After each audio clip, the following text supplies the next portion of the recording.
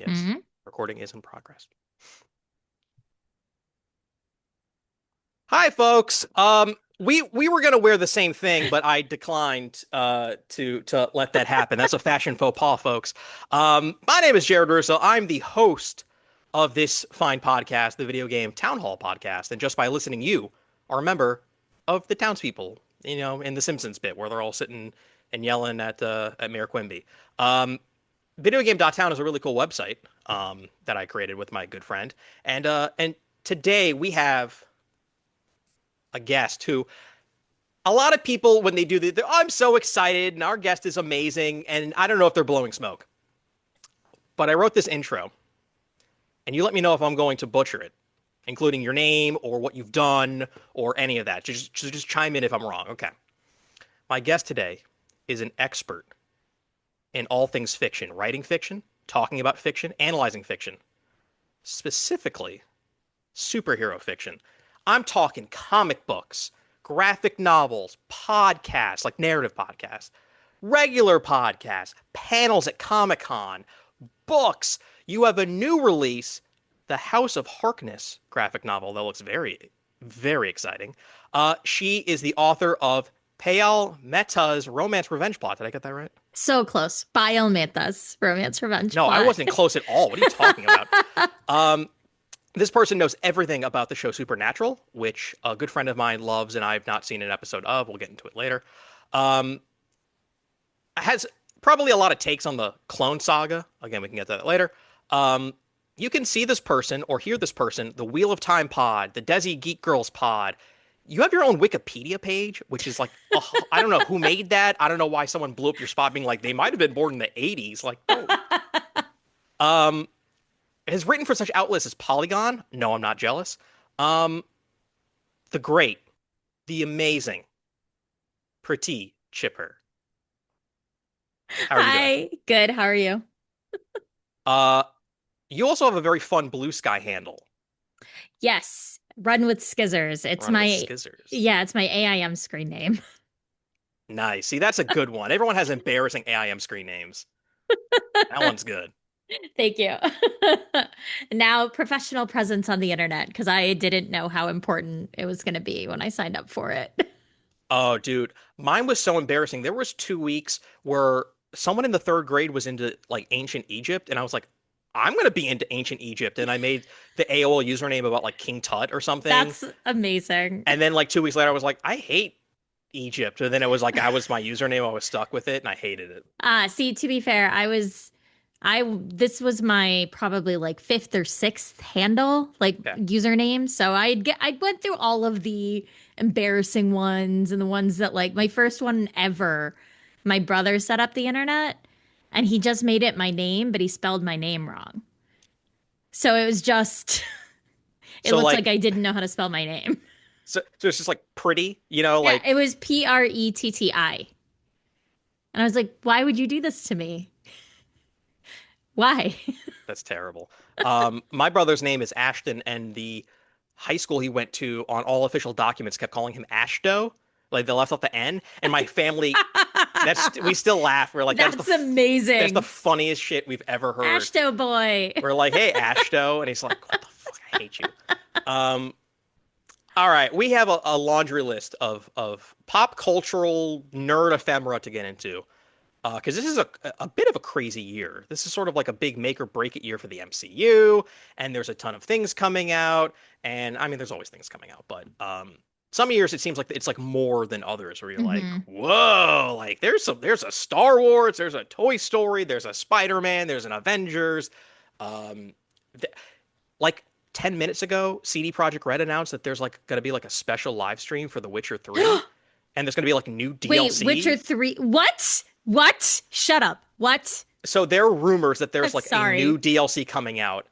Like Eh, before Witcher 4, which we're all yeah, just dying for. to segue into yeah, Oh yeah, my God, I'm so excited. I got goosebumps. I'm so excited. yeah. And I have the Gwent board game over there because I loved playing the Gwent spin-off Oh so my much. God, the Gwent is my least. I hate it. I hate Gwent so Well, much. that's the pod, everyone. Thanks for watching and listening. Um, no, I'm a card game guy, so like, yeah. I feel like the only card game in a video game I've ever gotten into is Queen's Blood from Final Fantasy Okay, Rebirth. okay, Loved if they did a Queen's Blood offshoot, like I would, even yeah. if it was one of those horrible mobile games that have like microtransactions, I would do it. I would download it. I love it so much. But Gwent, I just like couldn't wrap my head around it. It was One of these hard. days, I'll do a an explainer video on the rise and fall of Gwent because they made it go from 3 lanes, which was rock paper scissors, to 2 lanes, which made no sense. Don't get me started. There's even like a side quest in one of the DLCs where it's like Yes. there's a new faction and like people are upset that they added like God, I love Gwent. All right, you are the world's expert, preeminent expert on Spider-Man. According to Publishers Weekly. I would say it's you and oh God, I'm drawing a blank. I had him on the show years ago. Matt, what the fuck? Matt Singer? Yes. Hold on. Editor, cut this. The editor's me. Yeah, Matt Singer. Okay. I want to make that. So Matt Singer is a film critic, and he wrote a book on Spider-Man, and he's the guy who always goes to like Denny's to do like the movie tie-in Oh, menu, okay. Yeah, yeah, and he yeah, eats all the yeah. foods. Yeah. So Matt Yeah, Singer, okay. So prominent. he's like a real like I'm like a colloquial You're in the that folk hero world. of Spider-Man. So I wanted to get you on because I love Spider-Man. I mean, everyone loves Spider-Man. Every person who has a child, you have to buy the child Spider-Man things or Spider-Gwen thing. You know, like everyone just inherently loves Spider-Man. But this is a particularly interesting year for Spider-Man because we're eating. We're eating good. Brand new day, hmm noir. hmm I mean, Insomniac's putting out a Wolverine game. It's gonna be awesome. I'm He might so show up. excited. He might swing by. Who It would knows? be interesting. I don't know if they'll do it, but it might be like an Easter egg or maybe a DLC situation. It would be smart. Allegedly there was supposed to be a Venom spin-off thing. They canceled it because Tony Todd passed away, unfortunately. But how are we feeling about Spider-Man today, right now? I love Spider-Man. I love so every almost that's not true. Almost every version of Spider-Man. I think there's just so much joy and hope in the character that it seems particularly great right now because he is, I mean, we see it time and time again, no matter how beaten down he gets back up. And that is something I think a lot of us need to remember and hold close in our hearts these days. Why is there anything going on in the news? No, What? everything's fine. I mean, yes, you are correct. He's always like, at least I could just like turn this off for a bit and stop reading the news and enjoy the Spider-Man movie. By the way, I'm speaking as a man in the year 2002. I don't need to worry about the outside world. I can just go to my theater and see Spider-Man. Things have not changed. Um, but yeah, I wanted a State of the Union from you because we're getting all this the new Spider goodness. So We how we are. feeling? I mean, it's funny. I feel like there've been great comics that have been coming out. They're great. Like Spider-Man, it feels like at least feels just very ever present. So like yes, we have Spider-Man Noir this year and we have Brand New Day this year, but I feel like every year we have like really fun cool stuff with Spider-Man in it. So this year, obviously, I'm super excited about Brand New Day. I think the original like Spider-Man, what I consider to be like the trilogy that exists that they did is one of my favorite versions of an origin story for Spider-Man. I would like love how the three films tie together into making that Spidey that I love so much, which is the one who's like early New York, just a disaster, doesn't have his life together. So I'm so excited to like dive into that in Brand New Day. And like Noir, I've only heard good things. Like I haven't heard anyone say something bad about it. I have heard that you should watch it in black and white. Like don't bother with the color version What? and just watch it in the black and white. Okay. That is the word on the street. Hmm. Interesting. The literal word on the street is around the corner from where I live are the two posters side by side, one color, one black and white. And I was thinking about that the other day as I walked by. I was like, what am I gonna watch? There They say the black and white version is the way to go. It has the atmosphere. That always makes me think of the SpongeBob joke where the guy is like starving to death and he crawls into the Krusty Krab and he's like, "What is what is this ambiance? What is this atmosphere?" And you're like, "Who comes to a restaurant for atmosphere? Like what?" It's And the then vibe. the vibe of black and white. Um, so you would say the hype meter is pretty high. I think so. Okay. Which means that there can only be crushing disappointment. I don't think so. I No? Okay. think that I'm a huge proponent of like, love what you love. And if something doesn't bring you joy, walk away. So, like, if it's not for you, it's not for you. I feel like that's something you have to learn when you're reading comics. Not every creator is going to write the character the way you want them to. Or, the character won't show up in a comic book for 10 years and then you just have to wait.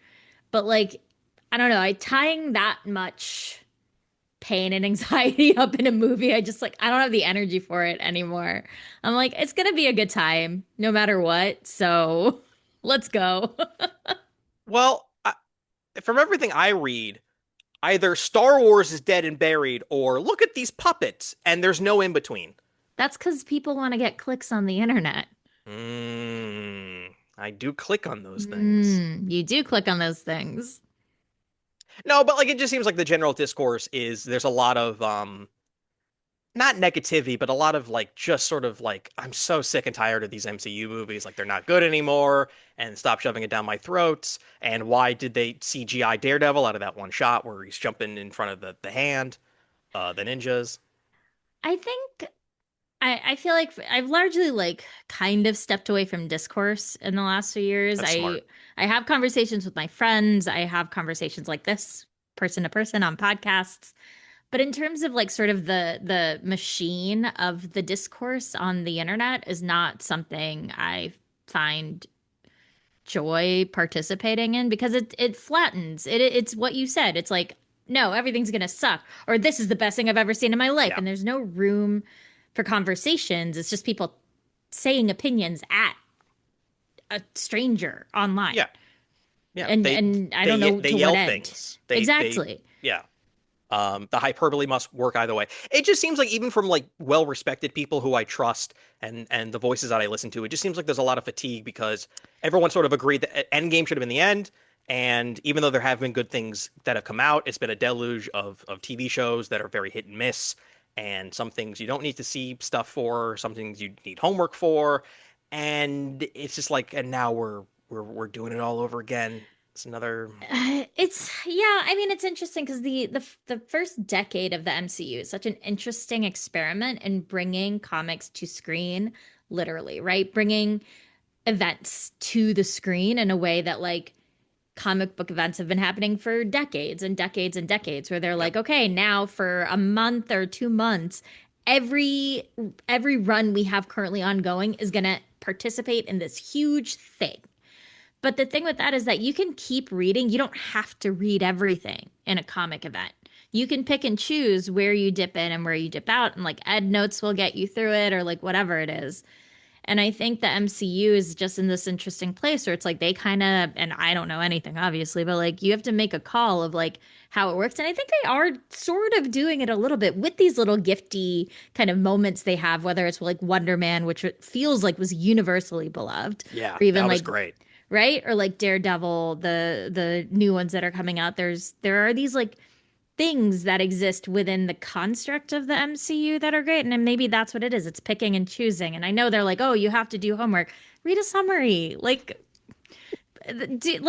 Like, I don't know. I feel like you can be a completionist if you want to be and watch everything if that's how you want to spend your time. I used to talk about this on my co-host on Desi Geek Girl, Swapna Christian, and I talked about it with Star Wars a lot, where we were like, it just feels like sometimes it gets too hard to keep up with everything because there's so much, and you just kind of have to have this moment where you're like, I literally just can't do it. I just can't, and that has to be okay. Yeah, and a lot of times what ends up happening is like you'll watch WandaVision and be like, "Man, that was awesome." And then you show up for Doctor Strange 2 and there's one line about the town, Westville? Oh my God, I can't remember. West something. You know what's embarrassing is I play Marvel Snap, and that's one of the locations that shows up, and I still cannot remember the name of it for the life of me. Westgate? No. What the hell is it? Now it's gonna I feel bother me. like that's like maybe that's a little bit of the point. It is generic sitcom city. Yeah, but it was like he mentioned it once, and he's like, "Yeah, whatever happened in that crazy place," Yeah. and then the movie just continues on. God, this is gonna bother me now. But WandaVision, like comics does that too, is Westview, the thing. Westview, Westview. right? God damn it. Like comics does that too. You'll read something from one writer for a character that is like so impactful and intense, and then that character shows up over here for another writer, and it's like a throwaway thing that they went through. I it that just happens. Yeah. It's like I don't know. So I'm very glad to hear that there's good things about noir because that's a Hmm. fun, interesting choice to let Nicolas Cage go full Cage, and Lamorne Morris and the whole aesthetic, and that's awesome. I know you were in the machine. I know you have contacts. Who is Sadie Sink playing in this goddamn movie I don't coming know up? anything. No You one need to tells me. I know. I don't know anything. you Are need you to leak the okay? details right I now. wrote I wrote one tie-in for a Spider-Man movie. I wrote Spider-Man a tie-in for Spider-Man Far From Home. And the way it happened, what that movie came out what summer 18? 2018, Any 18 2019? or 19? Yeah, one of those two. Yeah. 2019, I think. Okay. No, 2018. I don't remember. But the November before, so the year before November, they were like, we need this book in 6 weeks. It's tying in the movie. You can come to Marvel in New York. Well, you'll sit in a conference room for 2 hours. It was easy. I lived there at the time. Okay. All right. So it wasn't like I was like flying. I sat in a conference room for 2 hours. They gave me a laptop. I wasn't allowed to bring anything in with me. They gave me paper and a pen, and I was allowed to read a version of the script. I didn't Fair. read the script I read was so different from what the movie was. So like I read a version of the script. I hand wrote all my notes. Then they took the paper, they scanned it, and they redacted anything they didn't want me to have, and I could only access it through a secure like Marvel server link. It was the wildest experience. So like I'm sure no one except Sadie Sink knows who she's playing. Like Yeah. Not even the director knows. no. So wait, so let me get this straight. So if you had read a version of that script that had like chameleon in it, and it's like Hmm. chameleon shapeshifts and like, oh, it was him all along, and you're like, I want to write that into the book, and then the book comes out, and then the movie's like, chameleon wasn't in that movie. Yeah, I mean, the book did go to the studio. So, like, I wrote it and the Yeah. script went, or the manuscript went to them. So, everybody who did know was looking at it to make Okay. sure everything was correct. And it wasn't a novelization because it couldn't be a Ah. novelization, right? It was this like kids' books that's like a tie in that hit points of what like overlapped with the movie, but like ends before the movie ends because I didn't know how it ended. Mm, So, like, it was just a very like they are for real. Like they're like, no one is allowed to know anything. that's funny. Well, it did end with scrolls, but like you could have been like, and Silver Sable shows up, and Yeah. then this character shows up. You could have just went I crazy. think I think the script I read had Captain America in it, like at some point, and I was like, what? Okay, I mean, he's from Brooklyn. So based on the work of, is it Dustin Daniel, or what the hell is that director's name? Oh, Dustin Daniel Creighton, Crichton. Dustin. We really respect the hell out of that We're guy. doing it's so hard to remember I anything. know. I'm old. I'm in my 30s. I'm so old. I can't remember anything. And he did Shang-Chi, which was Hmm. good. I like Shang-Chi. It was People a fun movie. people like that movie. It made money, and then for some reason they just never made a sequel. Yeah, I don't Uh, know. I thought it was a fun movie. so it had lots of strings they could have kept pulling on. I could have Hmm. watched him, do kung fu and beat up a bunch of people for a while in a sequel, but now he's doing Spider-Man. We have no idea uh, who the main villain is. We know there are some other villains. They've shown Tarantula and Boomerang and Scorpion. Hmm.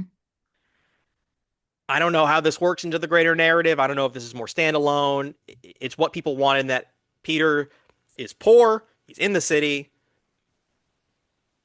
They want classic Spidey. Classic Spidey. Maybe a certain lawyer shows up and fights the hand ninjas. Um, but it feels like there's something they're not telling us. There's always something they're not telling you. I feel like it's like I used to before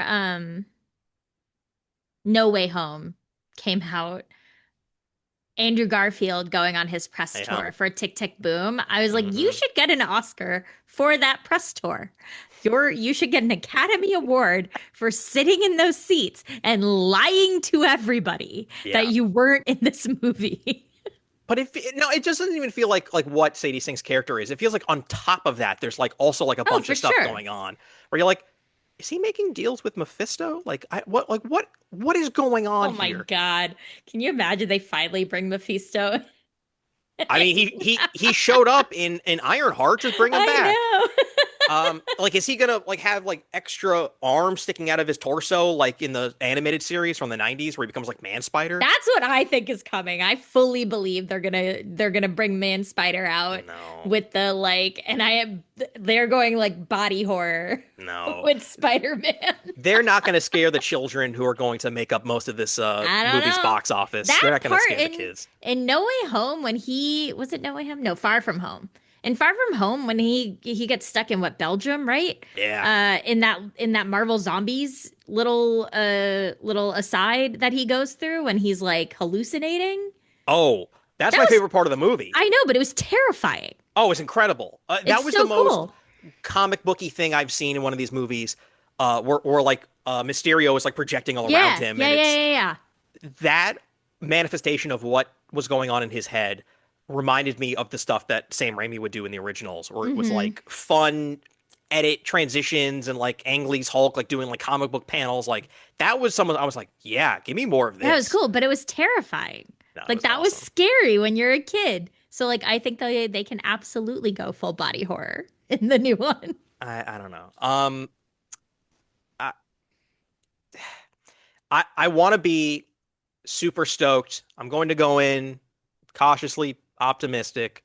Um, I mean, it can't be bad. I just don't know, like, because it seems like they pulled the rabbit out of a hat three straight times. Yeah, I mean it's hard. Like Tom Holland, talk about like He's the best. what a like just awesome find this kid was for He's Peter so good. Parker. He's the He's such a best. good Peter, and like Jacob Batalon's so good as Ned, and Yep. obviously Zendaya is so good at MJ. Like they really knocked it out of the park with the casting in a way that, Yep. and like Tom Holland is just charming to watch on screen. Yep. So like no matter what, I think it's going to be fun. Will it be? Who knows? Who knows? Like Brand New Day obviously is the comic book. We know Spider-Man Brand New Yes. Day and what that This will was. have So like nothing to do with that. but you don't know if they'll pull pieces because I think what's fun about the Spider-Man movies is what they do is they do pull tiny little threads Yeah. from the comics, and put them into like and then shift it and kind of turn it on its head a little bit. So like I don't know, who knows? We'll see.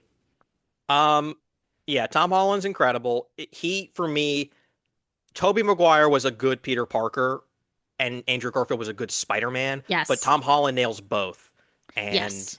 um, yeah, you're not going to hear me say anything negative about Zendaya ever. She's No. Michi.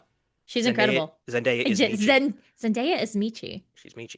Um, all right. Well, let's transition now from one thing that you're an expert on to something that you're becoming an expert on, and that is building cool robots in Tears of the Kingdom. Um, I've seen some clips online. Run with Skizzers, Blue Sky. It's a great follow.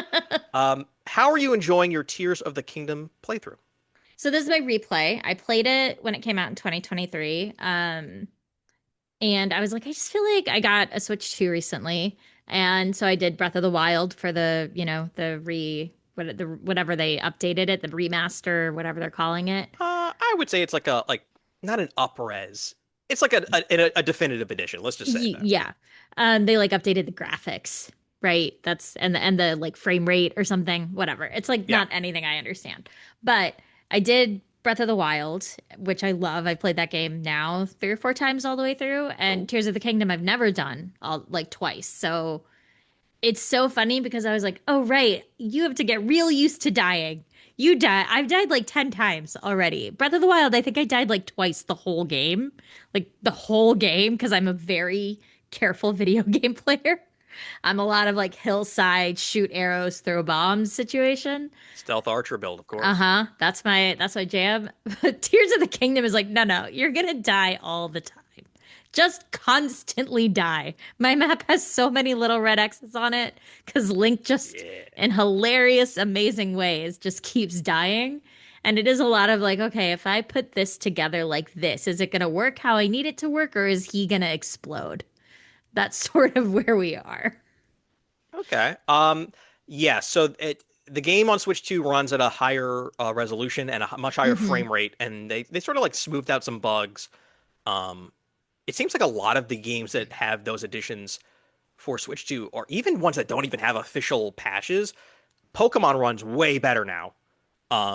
So my fiance has been playing through some of the older Pokemon games now that like they're functional, like Scarlet Violet, and she's having a blast. And I'm sort of like, man, these games are actually were like really good. Like, aside from like them running like crap and I'm falling through the floor and everyone's complaining online. Um, but do you have are you a fan of the older Zeldas that have the dungeons in them and they're a little more linear and structured, or are you a fan of the open world, anything goes, just whatever the hell rolls down the hill happens in the rain, swords break? I like both. I mean, Ocarina of Time is the best game ever made. Like, Mm, period. Best game ever made. okay. Um, so I love, classic in terms of like for my childhood. Like I was a kid when Ocarina came out. Zelda, the original, 80s Zelda, I was like a baby. Um, but I like the linear. I love a temple. Like I do think I understand the frustration people had with both Breath of the Wild and Tears of the Kingdom and not having enough of that sort of like dungeon temple like linear story. This playthrough on Tears of the Kingdom, I'm like, okay, I want to do the memories actually in the right order. Because that I didn't love. I wish they'd given you a suggested order to go and find the memories so you are getting a linear story, with what Zelda's doing in the past. So I'm going to try that this run through and see if it helps with the story a little bit. But I do hope that rumors are true of like the Nintendo Switch Ocarina of Time version coming out. Like I have my fingers all the way crossed because I can't even imagine getting to do Ocarina of Time in a system that works with like Breath of the Wild worked. Well, as the mayor of Video Game Town, they're going to remake it. It's going to come out this year. They're going to announce it mid-June at a direct. I don't think it's going to have any of the features that the newer open world, like I think there's going to remake that game. It'll look amazing. It'll play better. It'll have some quality of life things, but there's no way they're going to have like the physics and like No, the no, no, no, freedom and any of no. that stuff. I just, But even just like getting the Ocarina of Time story and temples in modern video game graphics and yeah. play, I think will be amazing. Or the other hand is like, are they going to do a Final Fantasy VII situation where like we all thought it was Oh just a yeah. remake, that we just thought they were adapting the original Final Fantasy VII and putting it on, modern gameplay. And then it was this incredible like conversation between the player and the writer and like what is canon. And I was Yeah. so like, who knows? Like, I think that would also be amazing. But I would also just take like a straight Ocarina of Time remake for the Nintendo Switch. Well, I think you're going to get your wish. I I've discussed this on previous episodes of the podcast. I don't know what they're doing. It seems like they pushed the Switch 2 release because they needed more time for games, Hmm. and I still don't see the games that they said were going to be ready coming out. So they're relying on a lot of remakes. This year, I am fascinated to learn what is going on behind the scenes because like I know there's a new Mario, I know there's a new Smash, I know there's a new Luigi's Mansion, but those things are still Like, who knows? 12 to 18 months away at the least. Like Yeah. it's crazy. They're a bizarre company. They're They nuts. are, because even after the Nintendo Switch, I remember being like, what are they going to do after this? Like, what do you do? right? Because if you look at the evolution of Nintendo systems are kind of incredible. When you go from like, the Nintendo, the Super Nintendo, the 64, the GameCube, like they are all over. They're just like, Yep. let's just see what happens. It's just all over the place. But then between after the Switch, you're like, how do you revolutionize again? Like what do you do? Mouse mode. I haven't tried it. It's not great. I was like, I don't even know what because I don't play like I don't do PC gaming. Yeah. So like I'm not like a click a, whatever. But that's what I mean is like what do you do? And so when the Switch 2 was coming out, I was like, oh, it's just the Switch 2. I mean, I got one because I'm gonna want to play the new Fire Emblem game when it comes out in the fall. Yep. And I really wanted to play Pokopia, Oh yeah. which was so fun. It's But great. like and the Zelda for Zelda and because the price is going up. But like That's yeah. I mean, yeah. You buy it now, it's going to be future proof. Like you're going to get all your Kirby's exactly. and your Yoshis and whatever. But yeah, the mouse mode's not amazing. They pitched it when they revealed it like you could use it on your leg, you could use it on the Yeah. couch, and it's like it does work. It's not the most like mind melting kind of thing. Like I'm sure maybe like a WarioWare might be fun to like, Hmm. but it's not necessary. It's not like you need to. But it's not like when we went from the Wii to the Wii U, right? Where you went from like the Wii, or even going from like the GameCube to the Yeah. Wii, like that was a revolutionary change Yep. from GameCube gaming to Wii gaming, and then Wii gaming to Wii U gaming was wild. Like so they have these huge jumps they make, and so like, but with the Switch and the Switch 2 now, I'm just like, I don't even know what the next iteration of video games could look like. I mean, I think they took a if it's not broke, don't fix it mentality, which is smart. Totally. Um, and they definitely focused on the things that needed improving, which is also smart. I mean, hell, like the code name for the Wii was the Revolution. They just called Yes. it the Nintendo Revolution for years. Um, and again, I was a child when that happened. I was in middle school. I was old enough that we slept outside of a super Target to be there. Yeah. We weren't first, we were second in line to Ooh, get it. Hmm. nice. Yeah, I remember camping out. Um, but at least they've put on GameCube games Yes. and like it but it's not the same kind of leap. So I'm fascinated to learn what they're thinking for the new Zelda. Because Yeah, like like what do you do?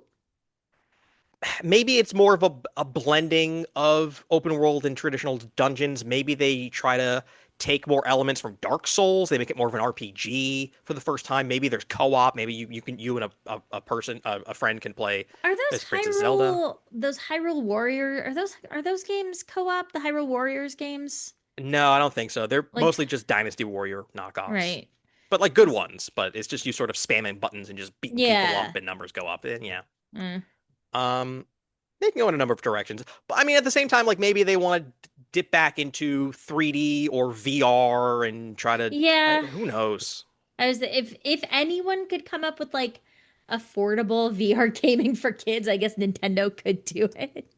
Cardboard. But like, yeah, Just shove the cardboard on your.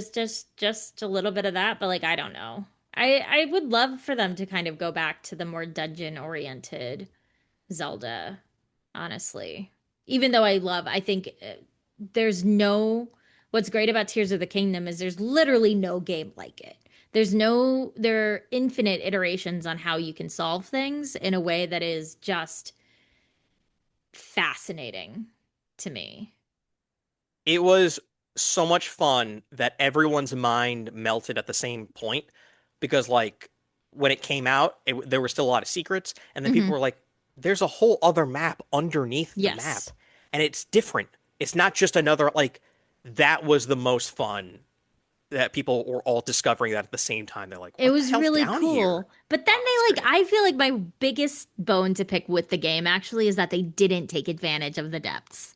Like Mm. it looks cool. It is like atmospherically cool. It is the what's the word? The like initial sort of reaction is really cool because you are like, what is Yeah. this place is terrifying. It's so dark. How big I is it? am how What? big is it? Yeah. Like who knows? Like what are these creatures? What are Yep. these statues? Like what are all these mysteries? And then it's sort of just like, eh. Like I feel like they could have put an entire like actual dungeon down there because if you comp it to I think like sort of the Ocarina kind of equivalent would be the spirit temple and sort of the way you went through that temple and it was so or even like to an extent the forest temple but that like creepiness and that puzzle aspect I think was really missing from the depths. Uh, I don't have an infinite amount of time to talk with you, which really sucks. What are you currently working on other than the aforementioned House of Harkness?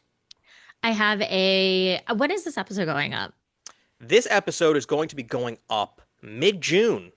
Okay, then just a weekish ago, um, but for people listening, next week for me sitting right here, I have a Supernatural comic coming out for Nice. Castiel. It's Supernatural Special, I think, Castiel #1, something like that, with art from Pasquale Quilano. It's gonna be really fun. House of Harkness. And then there's something I emailed my editor today to be like, am I allowed to talk about this thing? Because I'm doing these things and she didn't get back to me in time. So like I don't know if I'm allowed to talk about the other thing that I am working on. But it is really cool and I'm very excited to like when I am allowed to talk about it, tell people like what it is. Cause it's awesome. I saw art for it. Like we're looking at it is comics, I can say that. Okay. And it's for Marvel, I can say that. Okay. So I saw art for #3 today, and it's so cool. It looks so cool. Are you going to try to make the Mandarin less racist? Is that what you're working on? There are moments where I was like, um, there was, I won't say what character it was, but there was a character in one thing that I worked on, a legacy IP character, and I won't say what house or who it was, but I was like, can we change what this guy looks like? I do not like this. And they were like, absolutely. Uh, I'm just trying to think of like all the problematic people who you could be working on for me to make a joke about. It's like, oh, I'm sorry. What is Power Girl wearing? I don't feel comfortable with this. Like there's a lot of directions that would be fun. All right. Almost got an exclusive out of you. That would have been fun. Mm-mm. Um, is there anything else in the world that is going on that you need to tell people about, good or bad? Oh, I feel like, okay, so I am rewatching Once Upon a Time, Okay. which I have not watched probably since it aired, which is this like Disney ABC TV show that started in 2008, 2009. I don't know, maybe a little later. Maybe it was 2010s. I don't remember. But it is fairy tale characters and like stuck in a modern town and sort of what their all their like linked fairy tale character personas and their like modern day personas. And it is the most absurd, amazing television show. And also from a writing perspective, I do think it's really interesting how they pull threads together and the unique way they look at character backstory for characters we've known forever and how they twist those characters. But it is just such a delightful bananas television show that I was like, oh, right, this is awesome. I feel like it's going to get bad. I don't remember what happens. But if you're looking for something to revisit or try for the first time, this is like classic network TV, 23 episodes a season. It's like 7 or 8 seasons. So like you could dive in and do it forever. So this show has Jennifer Morrison, who I know from Hmm. House. I'm a Yes. big House fan. Yeah, that's I remember because I loved House, and then Yeah, I was like, oh my God. House is great. And it also has Jennifer Goodwin, who I only know as being the rabbit from Zootopia. Oh, well, what's the other wild thing about this is it has Sebastian Stan is in it, Jamie Dornan is in it, Giancarlo Esposito is in it. Uh, oh my God, Richard, what's his name? Toby from The West Wing is in Oh, it. Richard Schiff. Richard Schiff. Like Yep. ever the people pop up on this show and you're like, how did they get you? Yeah. How did they get you on this television show? Like Sebastian Stan, it's pre MCU, but like it's so funny. All the people that you're watching and you're like, how? How did they do this? Uh, that is always a treat. When you get to watch old shows and see people who have not become famous yet. It happens Yes. all over the place.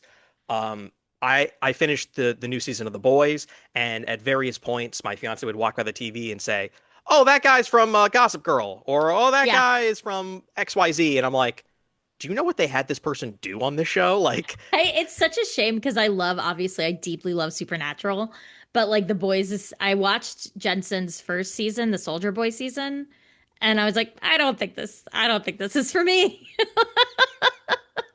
It's too much. It's too much. she very much wanted to know what happened with Chase Crawford. Because she loves Chase Crawford, and that's like maybe the best character on the show is the Deep, is the Aquaman knockoff, and he is just pure male Just toxicity. so awful. No, but he's so good at it. He's so So good. He's awful. so good. Oh, it like makes my skin crawl. Um, and so yeah, I'll like describe like all like the really gory, graphic things that happen, but like just a lot of the like the lines they give him are perfection. Um, I'm sort of immune to like shows that aired on the WB or CW. So like people have always like pitched things to me and I watch it and I'm like, there is something about the way this looks and like the writing. It's like this is just not for me because I did not grow up as a teenage girl and I don't get it.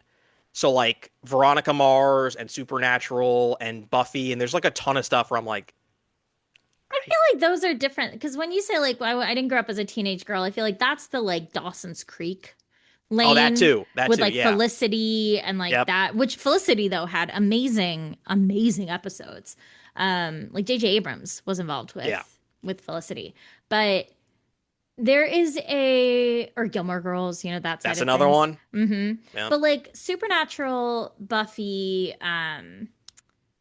I feel like they are the ones that like Supernatural is just monster of the week.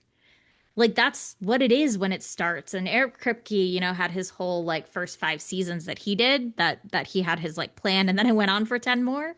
But there are also great episodes. I was talking to somebody recently. There are great episodes all the way through season 15. There are these like iconic because they really just were like, we're gonna, speaking of black and white, they have like a monster movie episode that's all in black and white that's super fun. They like just did really fun experiments in writing episodic television in a way that I think was so fun to revisit also. Not just having like grown up with it, but like just as from like a craft perspective. I think they had a lot of fun on that show. So like, I don't know. I love Supernatural. Uh, the last few years I've never seen the X Files, so I was going through it on Hulu, Mm, and that's another Monster of the Week type show, and some of it does not hold up whatsoever. And I can't say that because I didn't watch it when it came out, but like people are like, I'm like, this is what everyone's like freaking out about. I'm like, some of this is like bad, and some of it's really interesting and really cool, but a lot of it is just a slog to grind through. And I'm like, ah, man, I week to like, week, man. It wasn't for me. I was not an X-Files person when I yeah, was growing up. But um, I eh, understand it.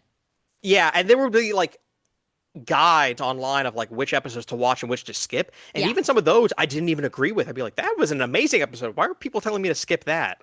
Also a lot of racism. A lot of It racism. was, yeah. There was the casual misogyny and homophobia and racism and ableism that existed at, of the era. It is you watch things, and you acknowledge it and you're like, But like mm. sometimes the show gets it and you're like, Yeah. oh no, you get it. And then sometimes the episode is like Native American spirits and you're like, oh no, no, no, no. And then another week it'll be like Asian mysticism and you're like, oh God, Yes. no, please stop. No.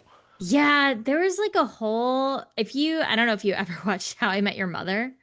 Yeah. But How I Met Your Mother was like huge. I watched it when I Yep. was younger. It was huge. And we can talk about what that show did to erase itself from common memory. Hmm. But if you go back and revisit some of those episodes, you are like, yikes, just yikes, the choices that were made.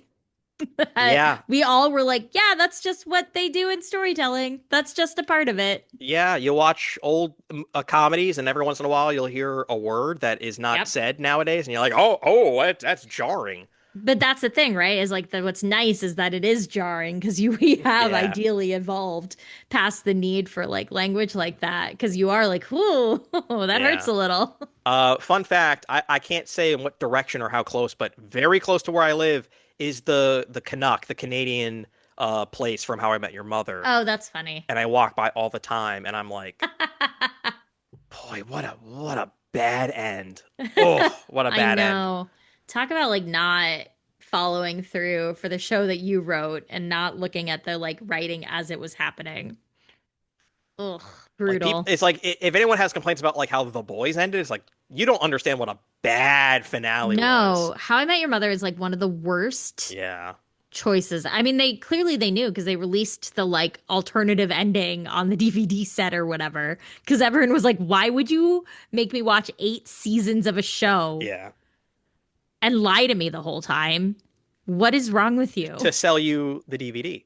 I know Um, like 10 times out of 10, I'm taking Game of Thrones over How I Met Your Mother. that's hard. I don't know. No, Game of Thrones all day. I don't know. Yep. I don't think I can make that choice.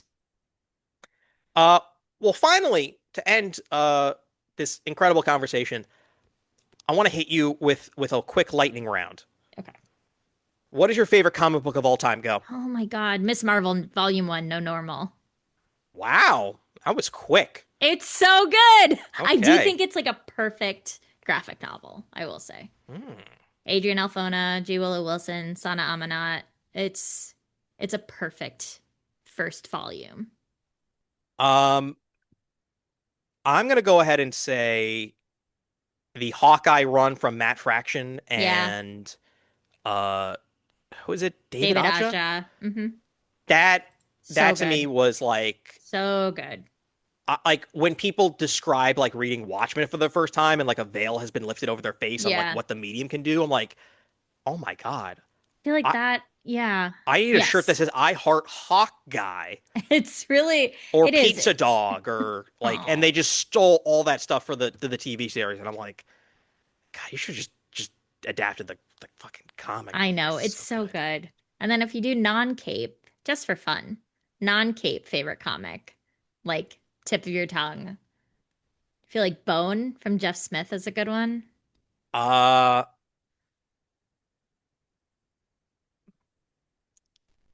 I guess this reveals a lot about who I am and how many museums I've gone to, but Mouse? No, that's I mean Yeah. it's talk about like incredible like literal like showing the importance of story, I think, and the importance of the medium in which a story is told. And I don't want people who know me saying, you're just saying that because you're Jewish. I know that, but still, I'm allowed to say that. I'm allowed to pick Mouse.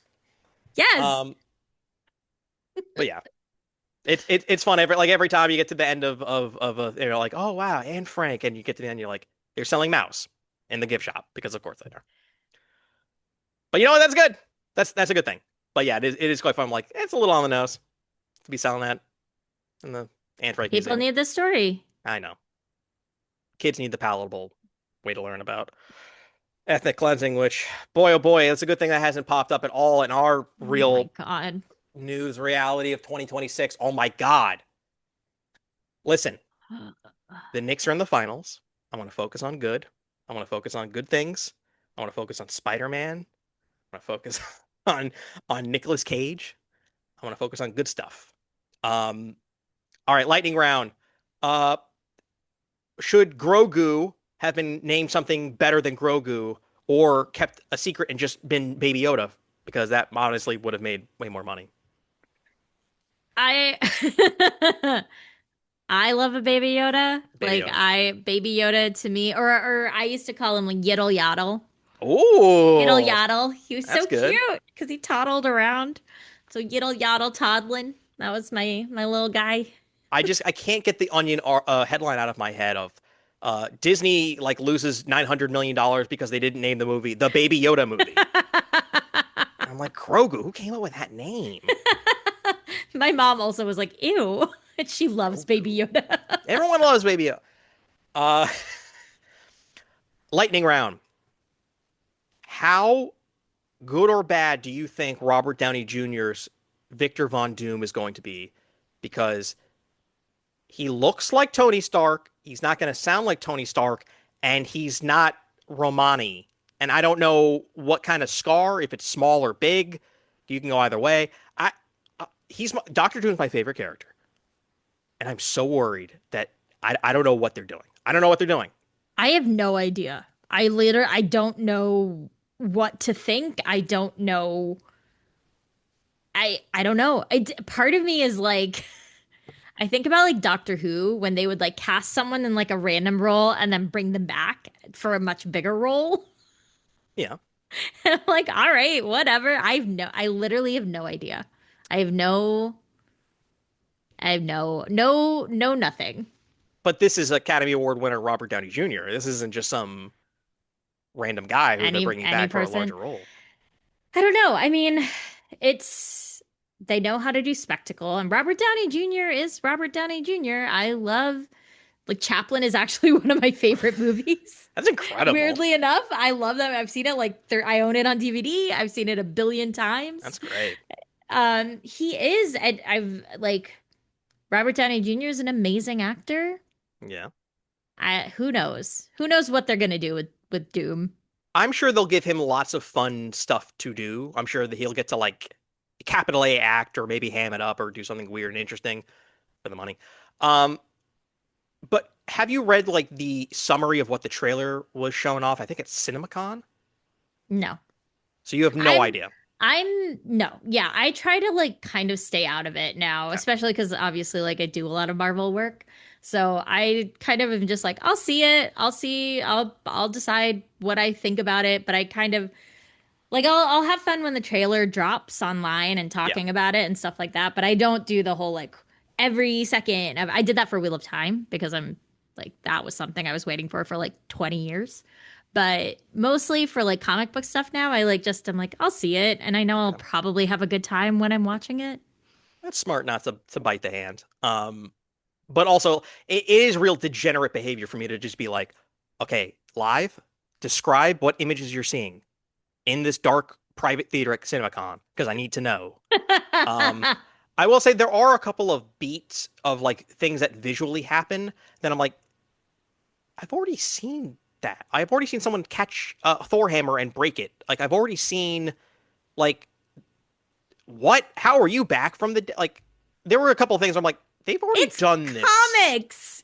How many times has Uncle Ben died? No, not in that way, but in like the I've literally have already seen an MCU Yeah, movie in which this happens to this sure. character.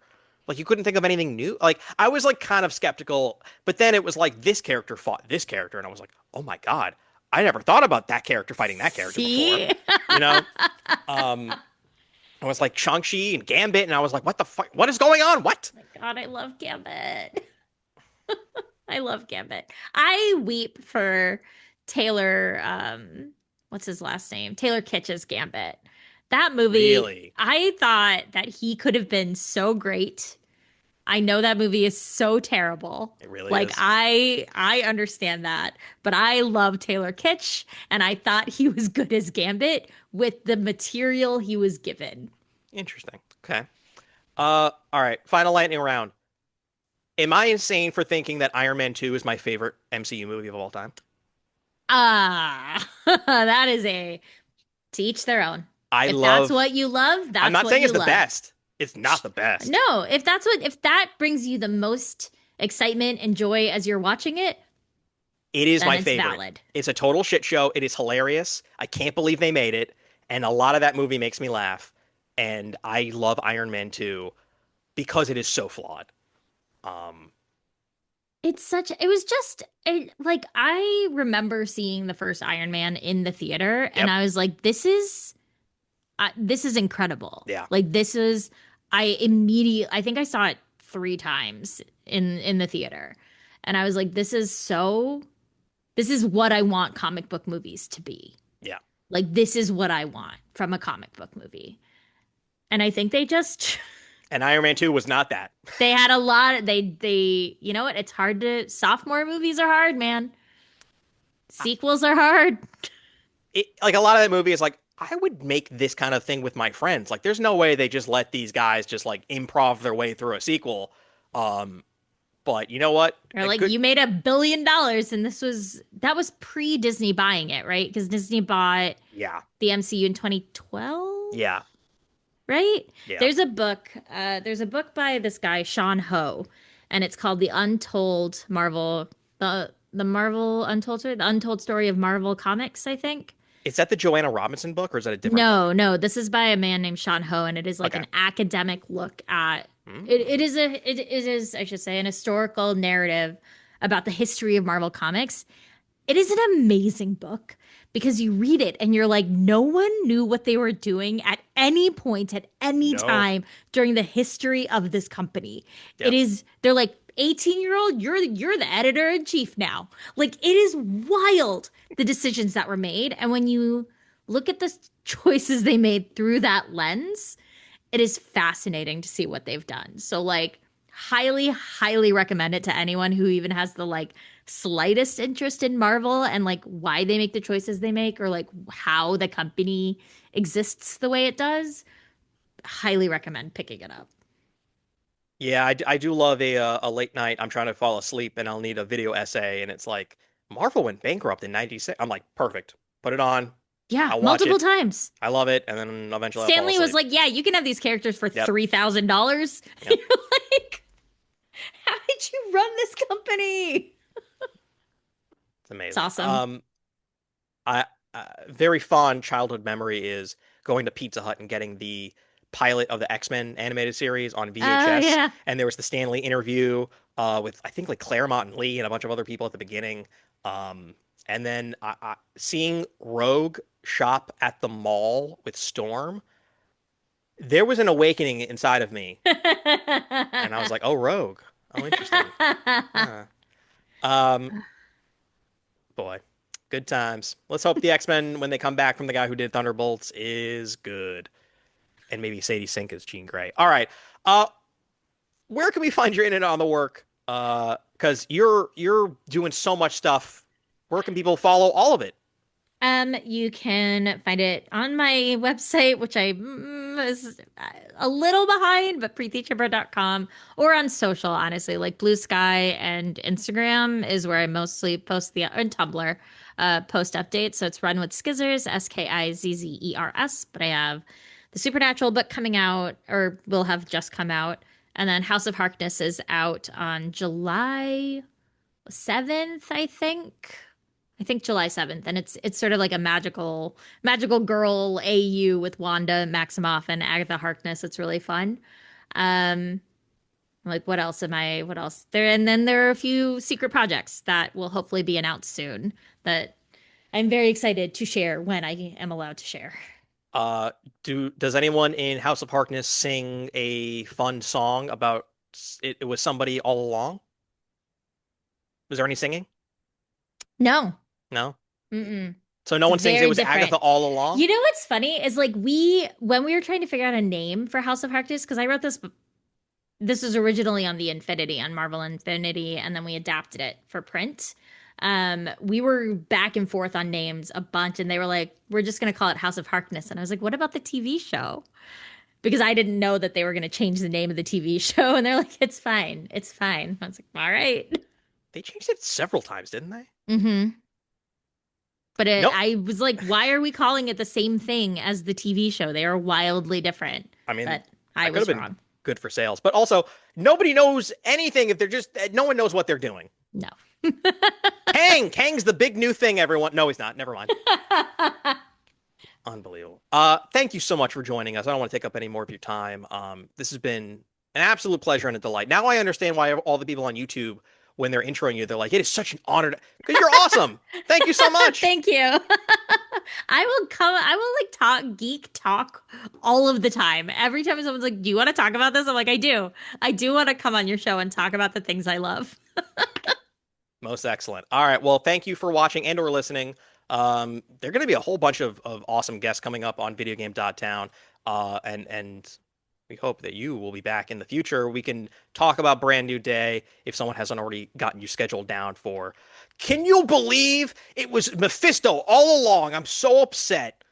Like it's Spider Ham, actually. John Mulaney as Spider-Ham. Now we're talking. Live action Spider Ham. Oh man, Body horror. get Mulaney in the suit now. All right, thank you. And adios. All right, bye. Thank you.